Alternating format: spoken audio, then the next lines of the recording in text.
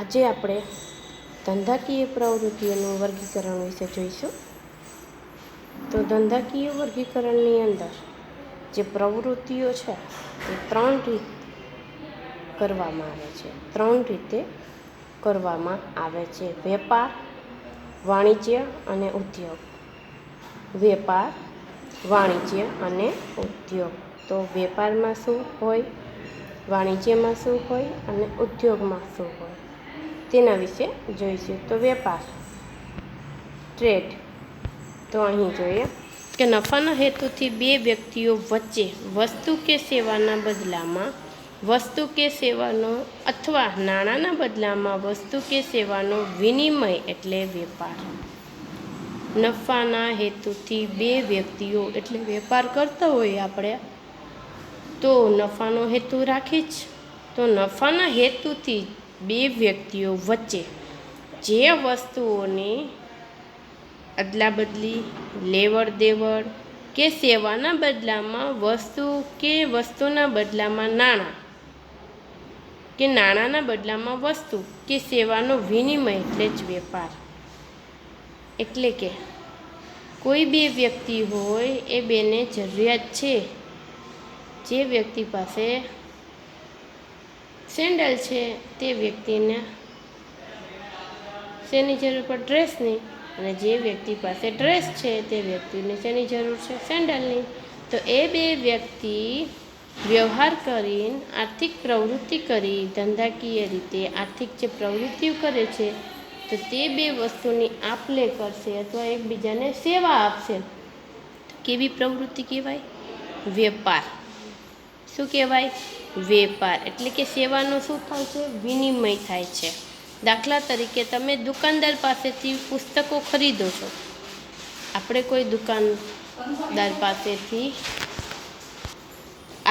કોઈ દુકાનદાર પાસેથી પુસ્તક ખરીદી છે.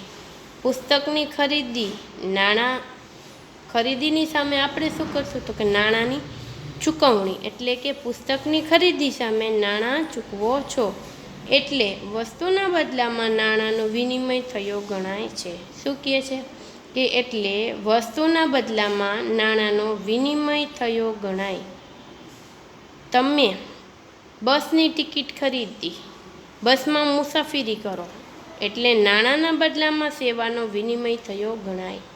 શું કહે છે? નાણાંના બદલામાં વસ્તુનો સેવાનો વિનિમય થયો ગણાય. વેપાર એટલે શું ખબર છે? વેપાર એ ધંધામાં નફાના હેતુથી થતી પ્રવૃત્તિ છે. અને બે વ્યક્તિઓ વચ્ચે જે આપ-લે, વિનિમય, સેવા થાય છે તે શું છે? એક જાતનો વેપાર જ છે. તો વેપારની લાક્ષણિકતાઓ જોઈએ તો વેપાર એ આર્થિક પ્રવૃત્તિ છે. શું કહે છે અહીં? વેપાર એ આર્થિક પ્રવૃત્તિ છે. એટલે કે આર્થિક કઈ રીતે? તો સેવાના બદલામાં સેવા, વસ્તુના બદલામાં વસ્તુ અથવા વસ્તુના બદલામાં નાણાં કે સેવાના બદલામાં નાણાં. એટલે એ કેવી એક પ્રવૃત્તિ કહેવાય? તો કે આર્થિક રીતે, જેમાં નાણાંનું મૂલ્ય આંકી શકાય છે, પણ આર્થિક રીતે પ્રવૃત્તિ છે. બીજું તો કે વેપારમાં બે પક્ષકારો હોય છે, એક ખરીદનાર અને બીજું વેચનાર. વેપારમાં બે પક્ષકારો હોય, એક ખરીદનાર અને બીજું શું? તો કે વેચનાર. વેપાર માટે વિનિમય અનિવાર્ય છે. શું કહે છે? જે વેપાર છે તેની માટે વિનિમય અનિવાર્ય છે. એટલે કે આપણે જે વેપાર કરતા હોય, આપણે કોઈ બિઝનેસ કરી છીએ તો તેમાં ખરીદનાર અને વેચનાર, તો તેના માટે વિનિમય અનિવાર્ય છે. એટલે કે વસ્તુની આપ-લે, સેવાની આપ-લે, વસ્તુના બદલામાં સેવા, સેવાના બદલામાં નાણાં, નાણાંના બદલામાં સેવા, આ બધી શું છે? એક વિનિમય. એટલે કે વેપારમાં વિનિમય અનિવાર્ય છે, એટલે જરૂરી જ છે. વેપારથી વસ્તુ કે સેવાની માલિકીની ફેરબદલી થાય છે. આપણે જે વેપાર કરી છીએ તેમાં વસ્તુ, સેવાની કે માલિકીની ફેરબદલી થાય છે. હવે કઈ રીતે? કે આપણે દાખલા તરીકે આપણે દુકાનની અંદર પુસ્તક ખરીદવા ગયા છે. પુસ્તક ખરીદવા ગયા છે તો આપણે પુસ્તકની ખરીદી કરી છે અને સામે તેની ચૂકવણી નાણાં રૂપે તેની ચૂકવણી કરી છે. એટલે પહેલાં દુકાનદાર પાસે પુસ્તક હતી તો તેની માલિકી કોની? દુકાનદારની. હવે તે ખરીદીને બુક્સ આપણી પાસે આવી ગઈ, તે પુસ્તક, તો હવે માલિકી કોની? તો કે આપણી. એટલે વેપારની અંદર વસ્તુ કે સેવાની માલિકીની ફેરબદલી પણ થાય છે. વસ્તુના અવેજમાં નાણાં કે વસ્તુની ચૂકવણી પણ થાય છે. અત્યારે જ અહીં કીધું ને કે આપણે જે વસ્તુની જે અવેજ છે, જે વસ્તુ છે, તો વસ્તુ ખરીદવું તો નાણાંની ચૂકવણી પણ થશે, એટલે વસ્તુ કે નાણાંની ચૂકવણી પણ થાય છે. ઓકે. વેપાર એ સતત ચાલતી પ્રવૃત્તિ છે. વેપાર એ કેવી છે? તો કે સતત ચાલતી પ્રવૃત્તિ છે, એટલે કે સતત ચાલ્યા જ કરે છે.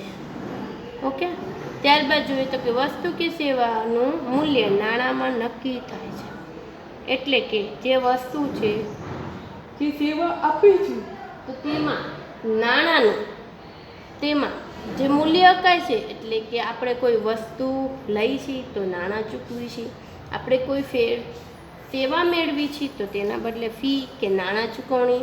એટલે ગમે તે વસ્તુ હોય કે ગમે તે સેવા હોય તો તેનું મૂલ્ય આપણે નક્કી કરી શકાય. કઈ રીતે? તો આપણે જે નાણાંની ચૂકવણી કરી છે એક જાતની, તો એ શું છે? આપણું નાણાંનું ચૂકવણીનું મૂલ્ય. શું થાય? નાણાંનું મૂલ્ય નક્કી થાય છે કે 50 રૂપિયામાં આ બુક્સ ખરીદી તો વસ્તુની કિંમત કેટલી? મૂલ્ય કેટલું? તો કે ₹50. તો એ શું છે? નાણાં મૂલ્ય. ઓકે. વેપાર એ કાયદેસર થતી પ્રવૃત્તિ છે. વેપાર એ કેવી? તો કે ગવર્મેન્ટની પ્રવૃત્તિ, કાયદેસર રીતે થતી હોવી જોઈએ. વસ્તુના બદલામાં વસ્તુ, વસ્તુના બદલામાં સેવા કે સેવાના બદલામાં નાણાં, એ બધી જે પ્રવૃત્તિ છે એ કેવી છે? કાયદેસર રીતે થતી જ પ્રવૃત્તિઓ છે. ત્યારબાદ જોઈએ તો કે વેપારના પણ 2 પ્રકાર પડે છે, આંતરિક વેપાર અને આંતરરાષ્ટ્રીય વેપાર. તો અહીં આંતરિક વેપારની અંદર શું અને આંતરરાષ્ટ્રીય વેપાર એટલે શું? તો અહીં જોઈએ પહેલાં આંતરિક વેપાર.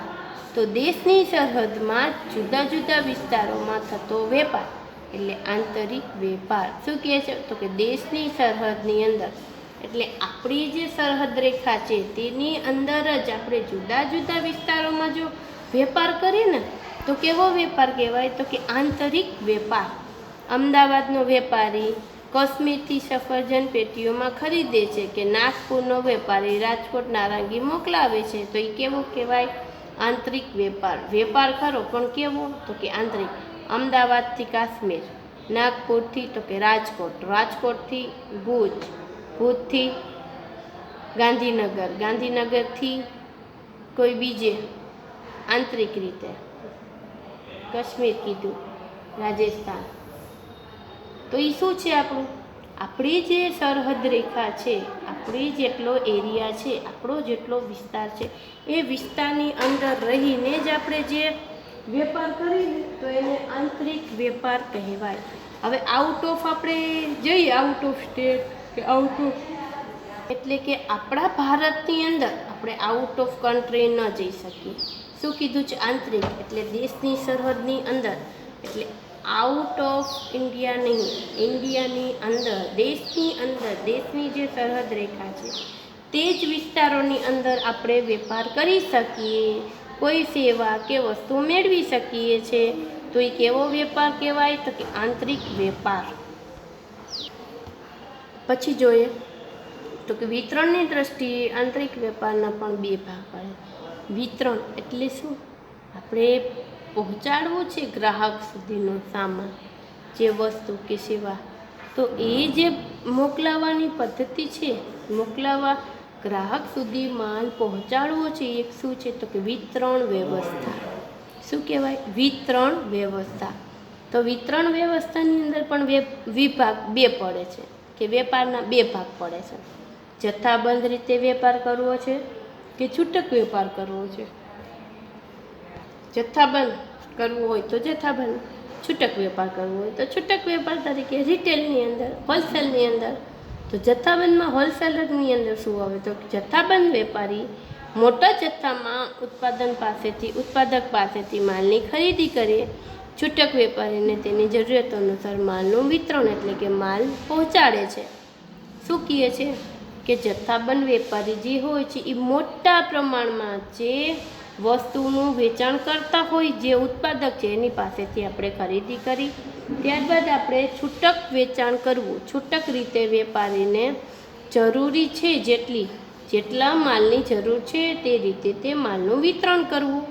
ત્યારબાદ જથ્થાબંધ વેપારી માલના ઉત્પાદક અને છૂટક વેપારી વચ્ચે કડી છે. હવે જથ્થાબંધ વેપારી જે છે ને એ વચ્ચેની કડી છે, જેમ આપણે જોઈ ગયા હતા આગળ.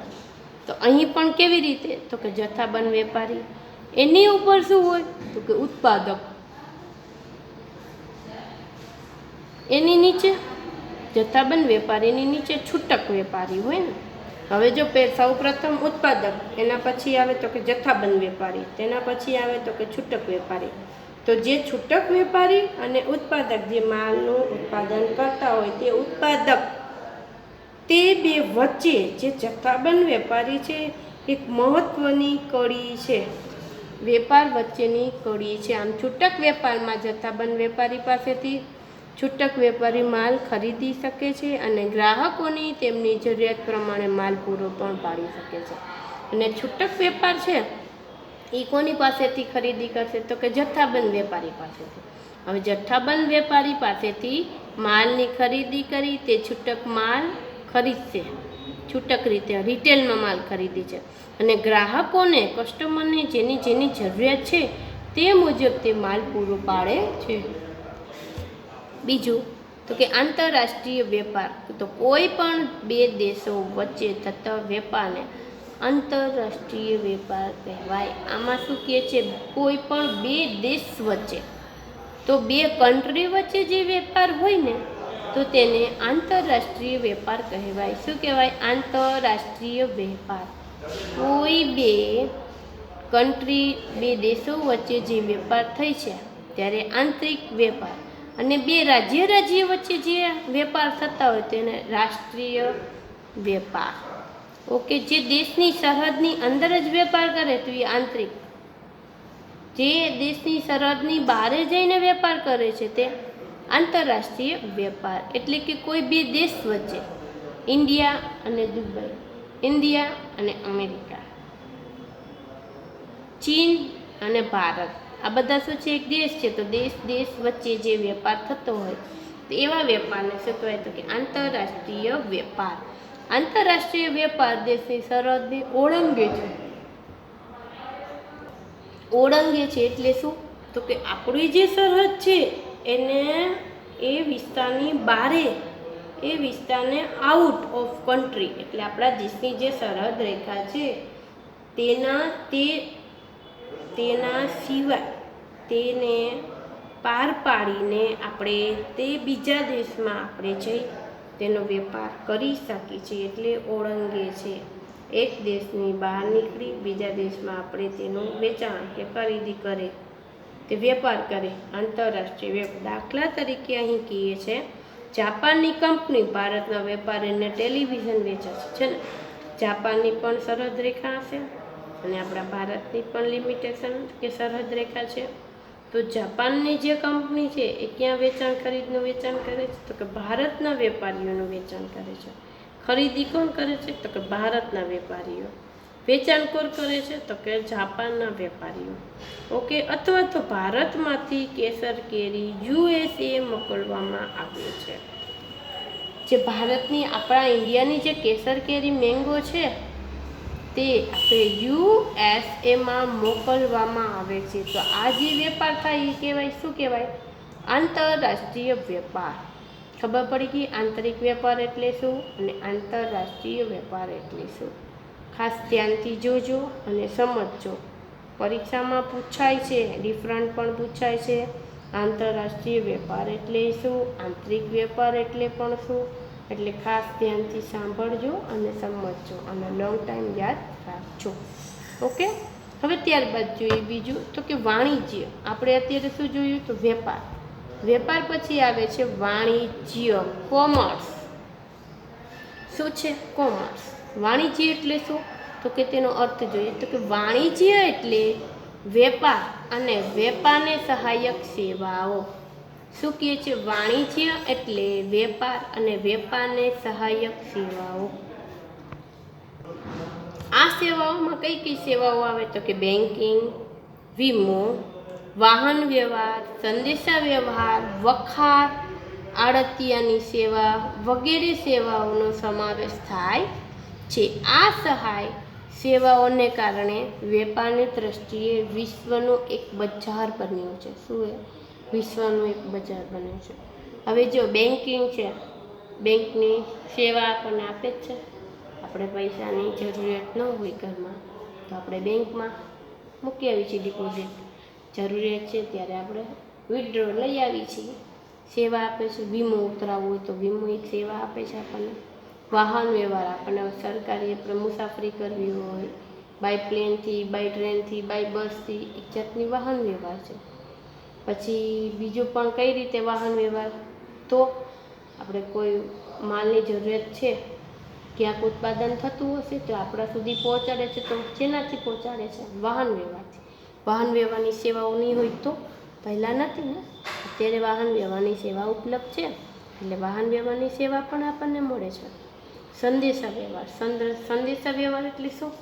તો લેટર, પત્રનો, પોસ્ટ ઓફિસ જે સંદેશા વ્યવહાર કરે છે.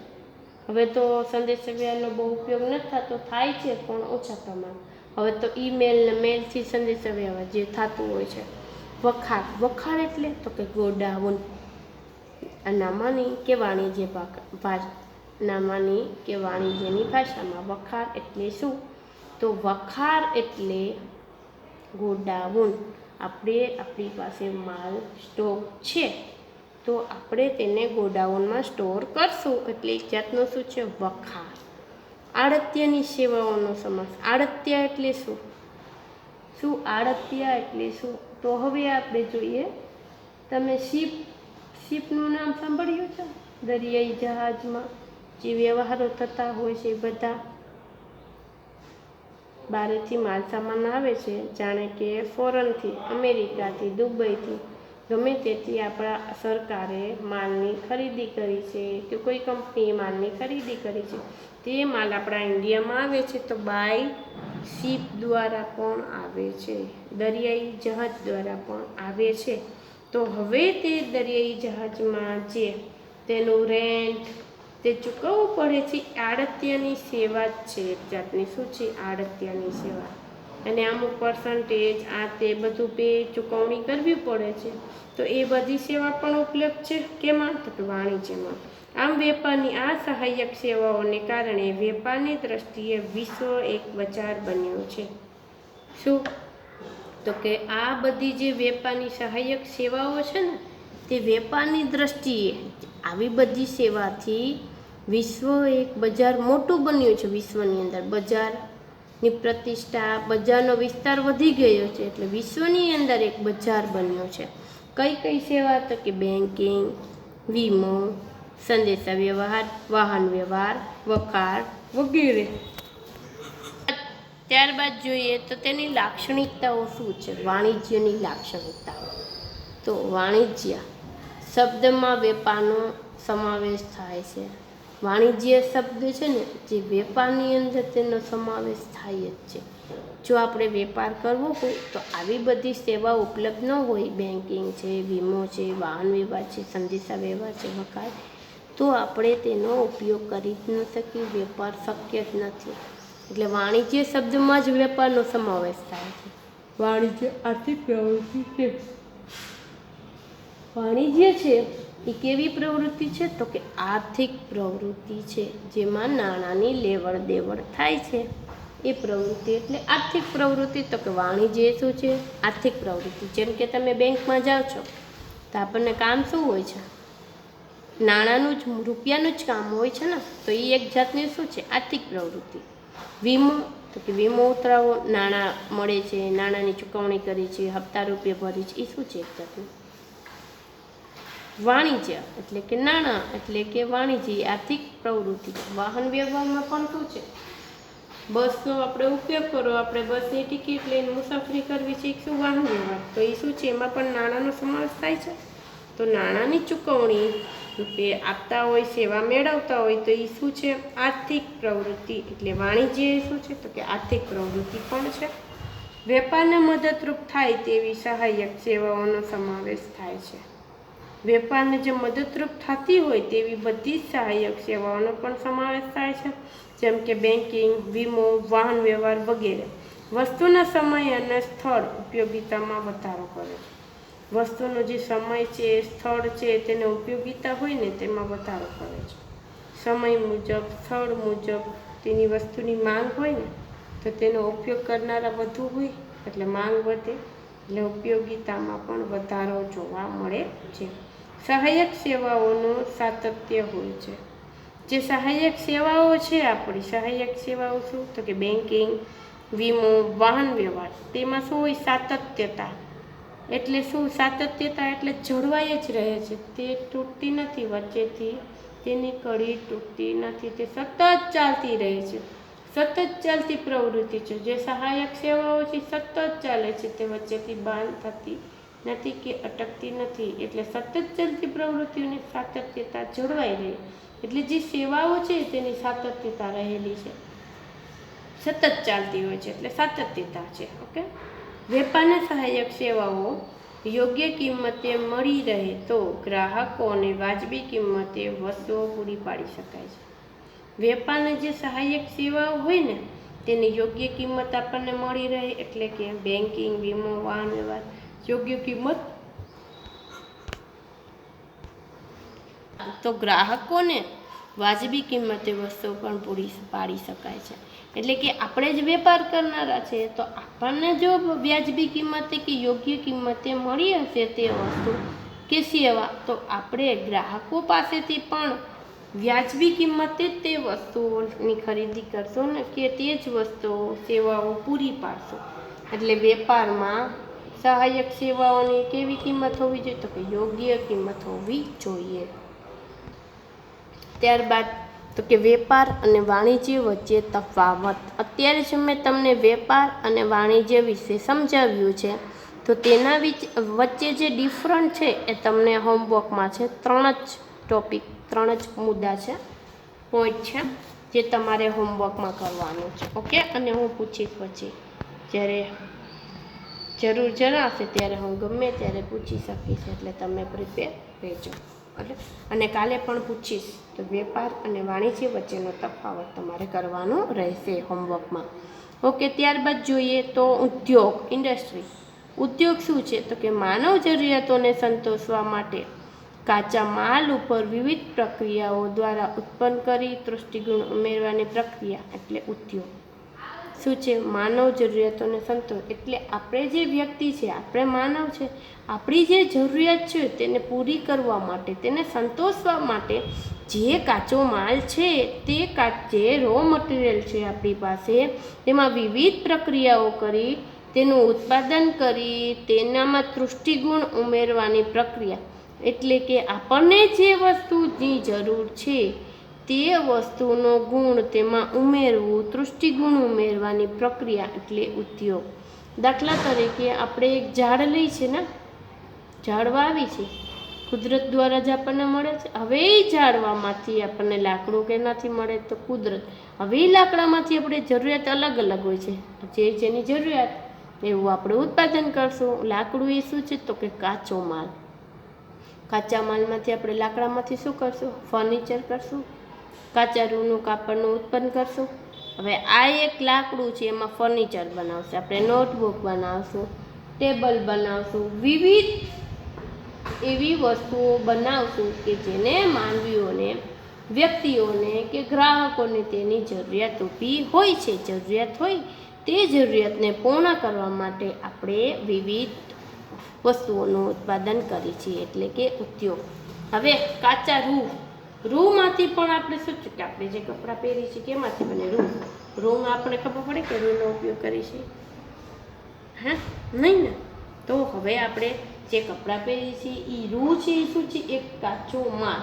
ઉત્પાદન એના ઉપર કર્યું, વિવિધ પ્રક્રિયા કરી, ઉદ્યોગો દ્વારા, કારખાના દ્વારા તે વસ્તુનું ઉત્પાદન કર્યું, તેમાં જે જરૂરિયાત વસ્તુ હતી તેની ખરીદી, વેચાણ કરી, એક પ્રક્રિયા કરીને એક વસ્તુ બનાવી, જેમ કે સાડી બનાવી.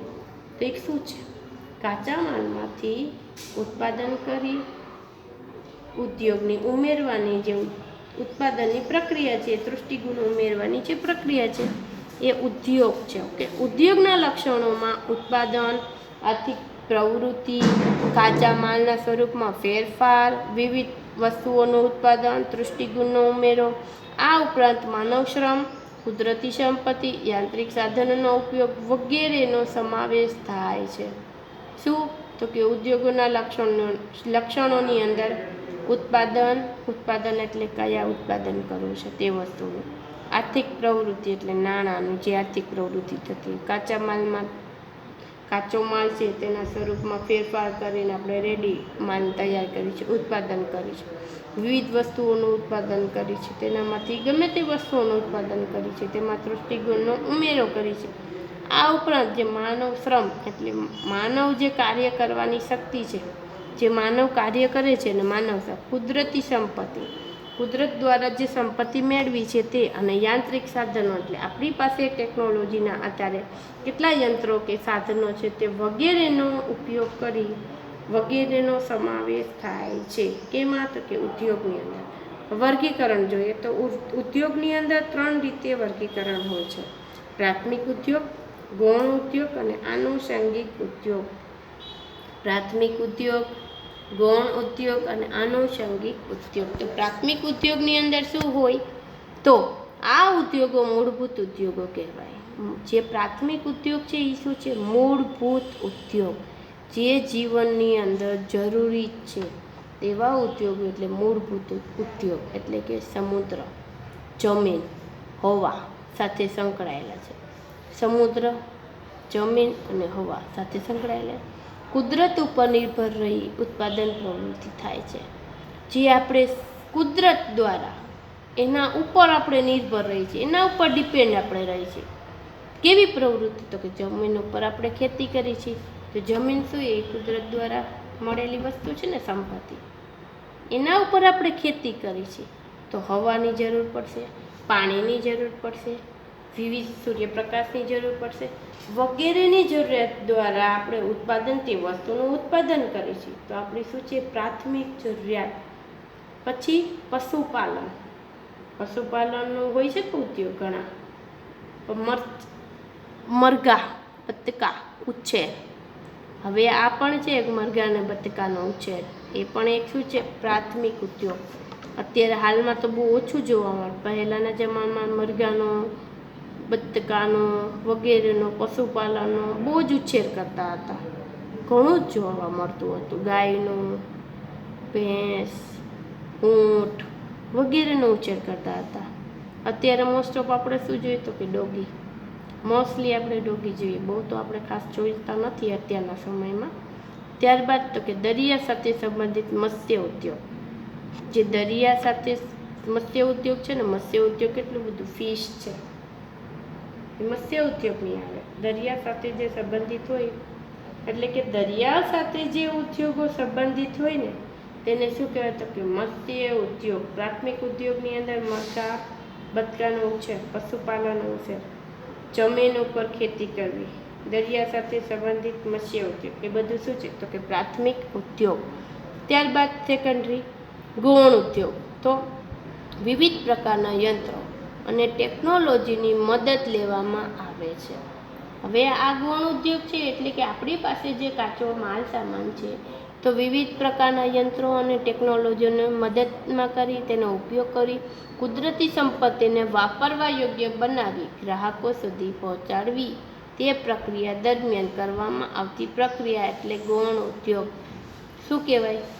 કે આપણી પાસે જે કાચો માલ સામાન હોય ને વાપરવા યોગ્ય કરવી, કસ્ટમરને, ગ્રાહકોને જેની જરૂરિયાત છે તો તેના ઉપર યંત્રો, ટેકનોલોજી, સાધનો દ્વારા પ્રક્રિયા કરીને એક માલ કે વસ્તુ તૈયાર કરવામાં આવે છે. હવે તે માલ કે વસ્તુ ગ્રાહકો સુધી પહોંચાડવી, ત્યાં સુધીની પ્રક્રિયા એટલે ગૌણ ઉદ્યોગ. દાખલા તરીકે ખાતર ઉદ્યોગ, ખાતર ઉદ્યોગ છે. પછી રંગ રસાયણ ઉદ્યોગ, સ્ટીલનો ઉદ્યોગ શું છે?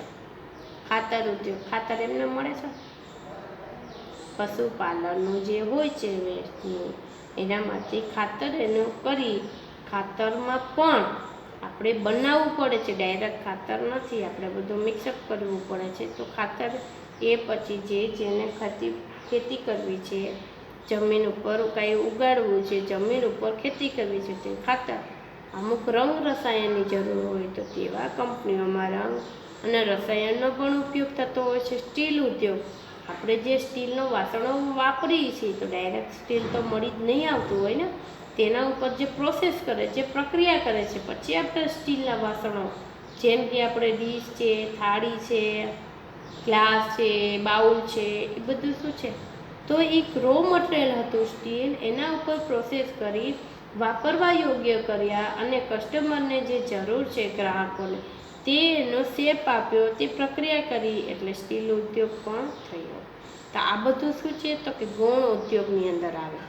છેલ્લું આનુષંગિક ઉદ્યોગ વિશાળ ક્ષેત્ર ધરાવે છે. આ જે આનુષંગિક ઉદ્યોગ છે ને એ વિશાળ ક્ષેત્ર ધરાવે છે. પ્રાથમિક ઉદ્યોગ અને ગૌણ ઉદ્યોગને સહાય અને સેવા પૂરી પાડવા ઉપરાંત ગ્રાહકોની વધુ નજીક હોય છે. હવે જો જે પ્રાથમિક ઉદ્યોગ હતો એની સાથે ગૌણ ઉદ્યોગ હતો તેની સાથે પણ સેવા પૂરી પાડે છે. તે ઉપરાંત જે ગ્રાહકો છે, જે કસ્ટમર છે તેની વધુ નજીક હોય છે. આમ પ્રાથમિક ઉદ્યોગો અને ગૌણ ઉદ્યોગ દ્વારા જે પેદાશો મેળવવામાં આવે છે તેના ઉપર વિવિધ પ્રક્રિયા દ્વારા ગ્રાહકો માટે વસ્તુઓની વધુ વાપરવા યોગ્ય બનાવે છે. એટલે શું છે કે પ્રાથમિક ઉદ્યોગ હોય, ગૌણ ઉદ્યોગ હોય, જે પેદાશો મેળવવામાં આવી છે તેની ઉપર વિવિધ પ્રક્રિયા કરી. કોણ પ્રક્રિયા કરશે? આનુષંગિક ઉદ્યોગવાળા.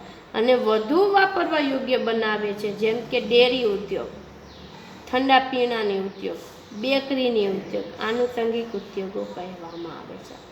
ઠંડા પીણાની કેટલી જરૂર પડે છે, ડેરી ઉદ્યોગની કેટલી દહીં, દૂધ, માખણ, બટર, ઘી, ડેરી ઉદ્યોગ છે. ઠંડા પીણા, કેટલી ઠંડા પીણાની આપણને જરૂર પડે છે. જેવી ગરમી થાય હાલો ને ઠંડુ પીવી, આ શું ઠંડા પીણાનો ઉદ્યોગ. એ કયા ઉદ્યોગમાં આવે તો કે આનુષંગિક.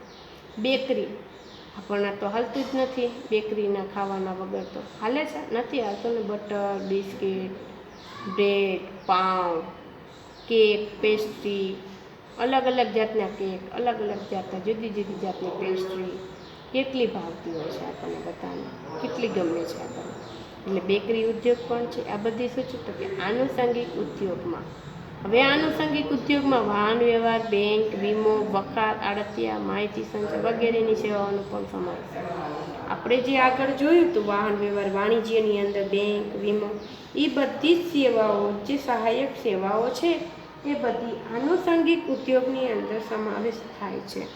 ત્યારબાદ જોઈએ તો કે ખેતી દ્વારા ધાન્ય, દાખલા તરીકે ઘઉંનું ઉત્પાદન કરવામાં આવે છે, તે પ્રાથમિક ઉદ્યોગ કહેવાય. હવે જો ઉદાહરણ સરસ આપ્યું છે એમાં કે આપણે જે ખેતી જમીન ઉપર ખેતી કરી છે. હવે જમીન ઉપર આપણે ઘઉં લીધા કે ઘઉંનું ઉત્પાદન કરવું છે તો આપણે ઘઉંના ઉત્પાદનની ખેતી કરી. હવે ઘઉંનું ઉત્પાદન કરવામાં આવે છે તો તે શું છે તો કે પ્રાથમિક ઉદ્યોગ. હવે ઘઉંમાંથી આટો કે મેંદો તૈયાર કરવામાં આવે છે તે શું કહેવાય? ગૌણ. અને મેંદામાંથી જે બ્રેડ, પાઉં, બિસ્કિટ તૈયાર કરવામાં આવે તો તેને શું કહેવાય? આનુષંગિક ઉદ્યોગ. બધું ખબર પડી ગઈ ને કે પહેલાં તો જે વસ્તુનું ઉત્પાદન કરવામાં આવે છે તો તે પ્રાથમિક ઉદ્યોગ.